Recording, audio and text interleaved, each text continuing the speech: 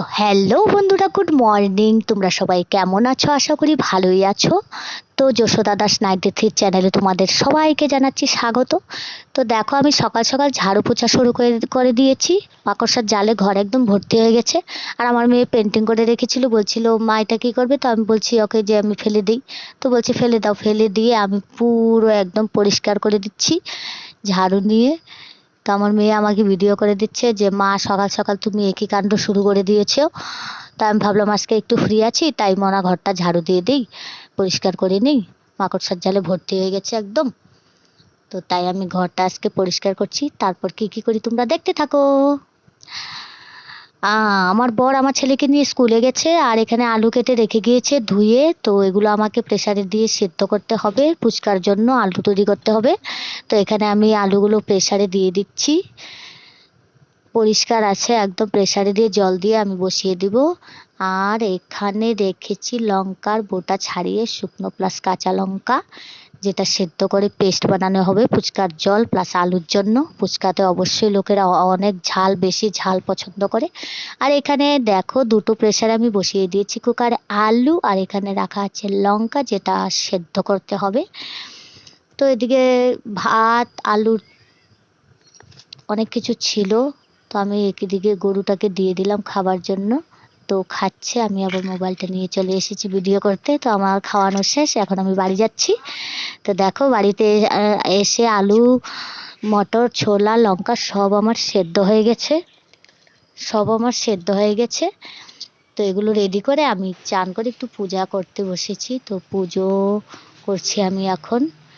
সকালবেলা আমি চান করে পুজো না করলে আমার মনটা ঠিক একটা ভালো লাগে না, মনে হয় যে কী কাজ করিনি। তাই ভাবলাম যে চান করে পুজোটা সেরে নিই।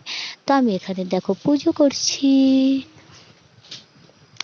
পুজো করার পর আমি আলু দোকানের জন্য সব কিছু রেডি করব। তো এখানে আমার বর মানে কর্তামশাই আলু ছুলে দিচ্ছে। তো ভালোই হলো, আমার আর ছুলতে হলো না।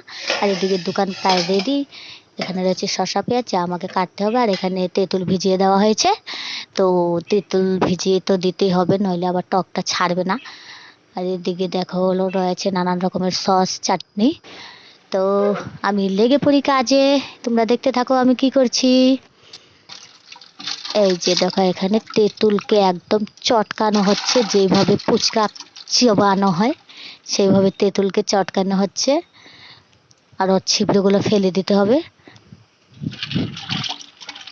এখানে চলছে ফুচকার জল বানানোর প্রসেসিং। আর এখানে সেদ্ধ করা কাঁচা প্লাস শুকনো লঙ্কা পেস্ট ওর মধ্যে ঢেলে দেওয়া হলো। স্বাদ মতো নুন দিতে হবে জল অনুযায়ী। আর এখানে নানান রকমের মশলা অ্যাড করতে হবে, অ্যাড করে ড্রাম ভর্তি করে জল দিয়ে দিতে হবে। দেখো বন্ধুরা, জল দেখে তো মুখে জল আসছে, খেলে পরে চোখে, নাকে সব জায়গায় জল চলে আসবে। দেখো রেডি, এখন শুধু জল মেলানোর পালা। বাস, এখানে আলুতে চাটনি ঢেলে দেওয়া হচ্ছে আলুকে ম্যাশ করার জন্য।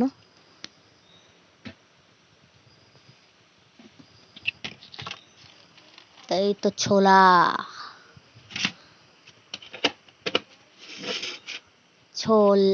আলু, চিলি পেস্ট মতলব লঙ্কার পেস্ট। এখন এটা চটকানো হচ্ছে। না চটকালে তো আবার স্বাদ হবে না, কাস্টমার বলবে কি স্বাদ হয়নি। তো ভালোভাবে এটাকে চটকিয়ে নিতে হবে। भरता, आलू का भरता बन रहा है गोलगप्पे के लिए। तो आप सब कौन कौन गोलगप्पे पसंद करते हो, हमारे घर आ जाओ, या तो मुझे कमेंट करो, मैं फ्री में गोलगप्पे खिला दूंगी। हाँ बस, आलू एकदम रेडी हो गया।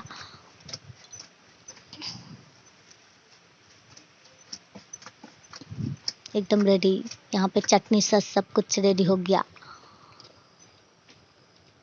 কত লোক আছে ফুচকা খাওয়ার পরে শেষে একটু মিষ্টি পছন্দ করে। তো এর জন্য মিঠা সস রাখা আছে। আর এখানে ধনেপাতা কুচো করছে আমার বর। আর এখানে মিলিয়ে দিল জলের মধ্যে একটু ধনেপাতা, কি টেস্ট হবে।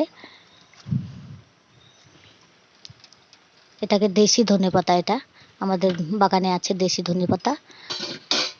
হ্যাঁ, শীতকালে কিনে আনতে হয়, এখন জঙ্গলে মতলব হয় এই ধনেপাতাটা। এখানে দিয়ে দিল একটু ধনে জিরের গুঁড়ো। আর এখানে আলু বাস হয়ে গেছে। ওয়াও, লেবু লেবু না দিলে তো ফুচকার জলে একদমই স্বাদ হবে না। তো সমস্ত কিছু হয়ে যাওয়ার পর লাস্টে একটু লেবুর রস অবশ্যই দিতে হবে, নয়তো ফুচকার জলে চস্কা আসবে না, টেস্টি হবে না। যার জন্য দিয়ে দেওয়া হচ্ছে একটু লেবু।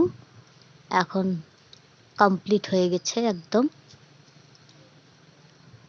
একদম কমপ্লিট ফুচকার জল। আহা, দেখে তো মুখে জল আসছে আমার।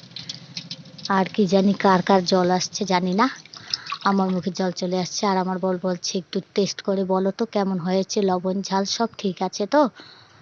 আমি বললাম, খেয়ে আমার ভিতরটা শীতল হয়ে গেলো একদম। তো আমার খুবই ভালো লাগলো। আমি বলছি খুব ভালো লাগছে, এত গরমে খেয়েছি যার জন্য হয়তো একটু বেশি ভালো লাগছে।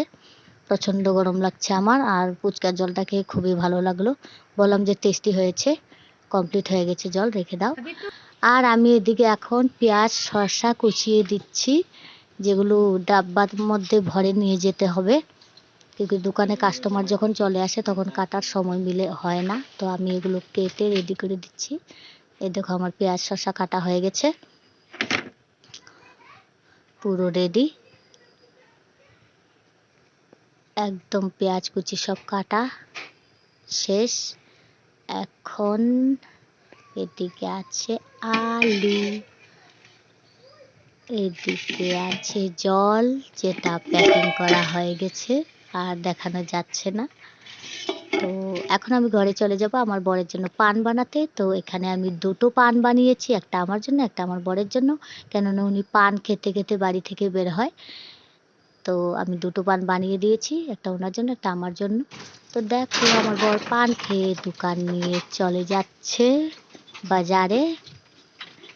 দেখো চলে যাচ্ছে বাজারে।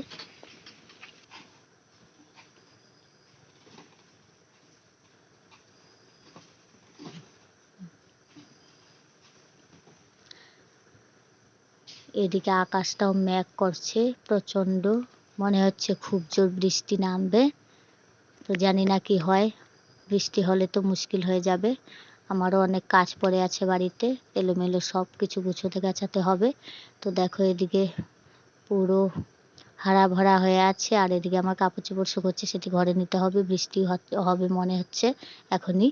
তো চলো আমি তাড়াতাড়ি ঝটপট আমার নিজের কাজগুলো সেরে নিই, সেরে নিয়ে যদি পারি একটু ভিডিও করব, নয়তো দেখা যাক কি হয়।